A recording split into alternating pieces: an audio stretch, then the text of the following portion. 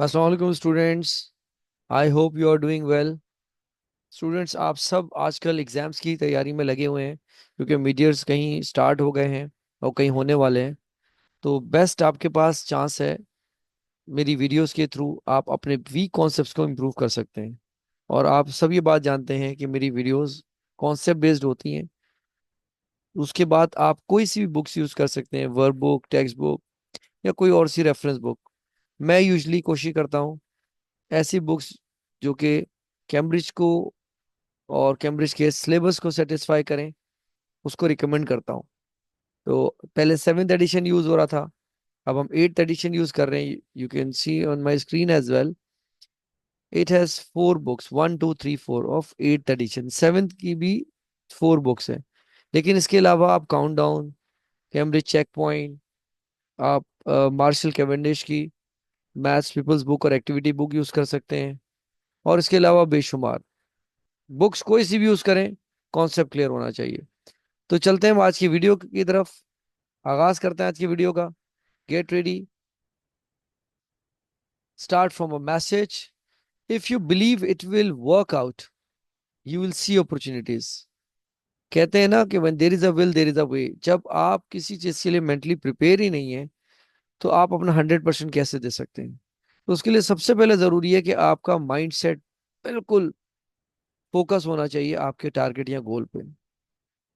और 100% करने के बाद आपने अल्लाह पे छोड़ देना है। और उसके बाद आप रिजल्ट देखें। And learn from your own mistakes, but do not repeat one mistake twice. The name of the topic is symmetry. It's a continuation from previous video, वो वीडियो नंबर 2, मार्शल कैवेंडिश की peoples book 6 और activity book 6। My target, learners will be able to translate shapes. Let's recall what breaks and never falls, and what falls and never breaks. Think. You can type your answer in the comment section. Check your knowledge. Here's your answer. Day breaks and night falls.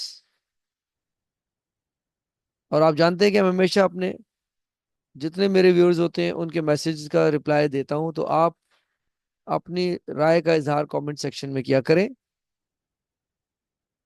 Let's learn together. Activity book worksheet number 2, question number 1 3, page number 226 to 227. Practice question number 1. Here are 4 trapezium on a grid. You should know trapezium is a four-sided figure. Trapezium की दो sides opposite parallel होती हैं, दो non parallel होती हैं, और height 90 degree बना रही होती है, परपेंडिकुलर बना रही होती है किसी भी एक। अगर आप कंपेयर करें pair of parallel lines trapezium के अंदर, मैं आपको स्क्रीन पे शो कर देता हूं। Look at my screen. यहाँ पे आपको नजर आ रहे हैं WXYZ। Part A, practice question number 1. Trapezium W is translated 7 units to the right. Which trapezium shows the new location after the translation? अब आप यहां ये सीखें किस तरह से आप इसको शिफ्ट करते हैं। अगर आप बॉक्सेस काउंट कर लें, you can see it from here.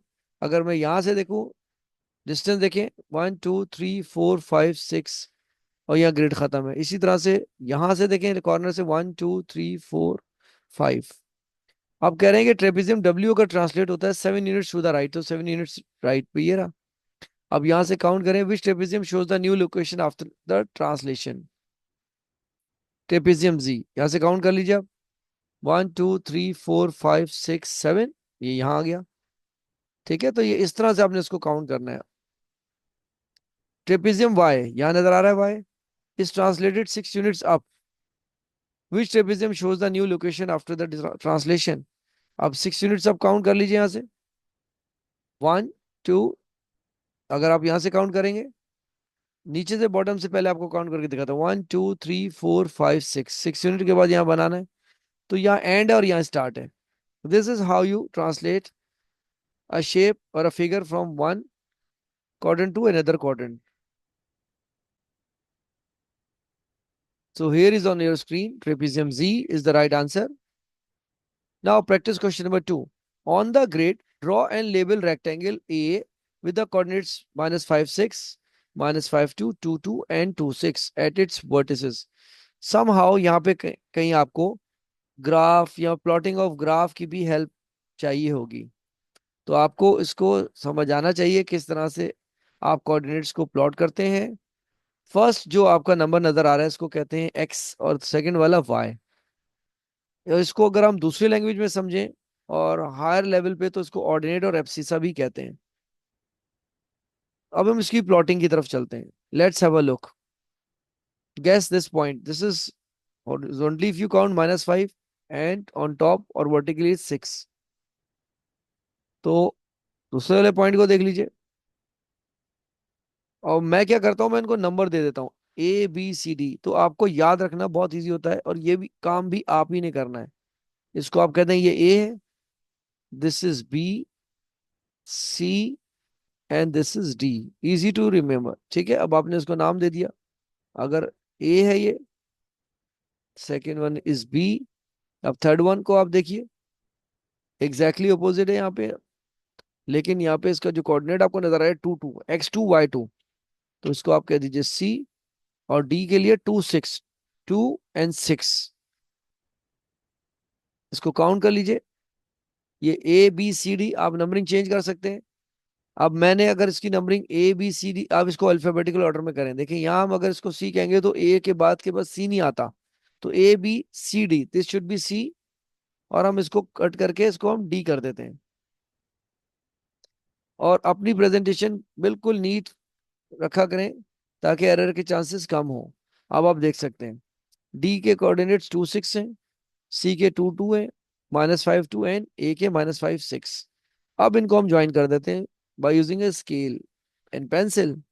Grid pad पे या ग्राफ पैड पे हमेशा पेंसिल यूज करते हैं। Now let's move towards question number 2। Rectangle A is translated 8 units to the right to rectangle B. Draw and label rectangle B on the right on the grid. C क्या है? Rectangle A is translated 6 units down to rectangle C.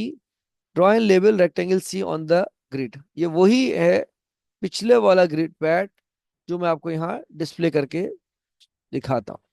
Have a look, this is A, exactly translate हुआ B में, second से first quadrant चले गया और part C में translated to 6 unit down to rectangle C बन गया। Draw and label rectangle C on the grid. ये रहा exactly equal distance.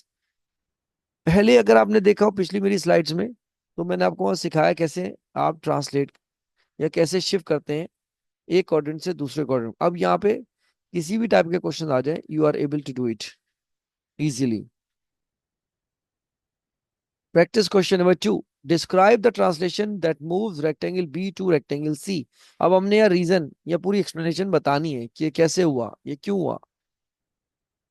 Rectangle B is translated 8 units to the left and 8 units down. This is a technique or a method we use to translate this rectangle B to rectangle C. Thank you so much. Any question, you can type in the comment section. I always reply. Your messages are very important for me. It gives me motivation and confidence to make or record new videos. Don't forget to share this video with your friends and press the notification bell to get our new videos. I'll see you in my next video.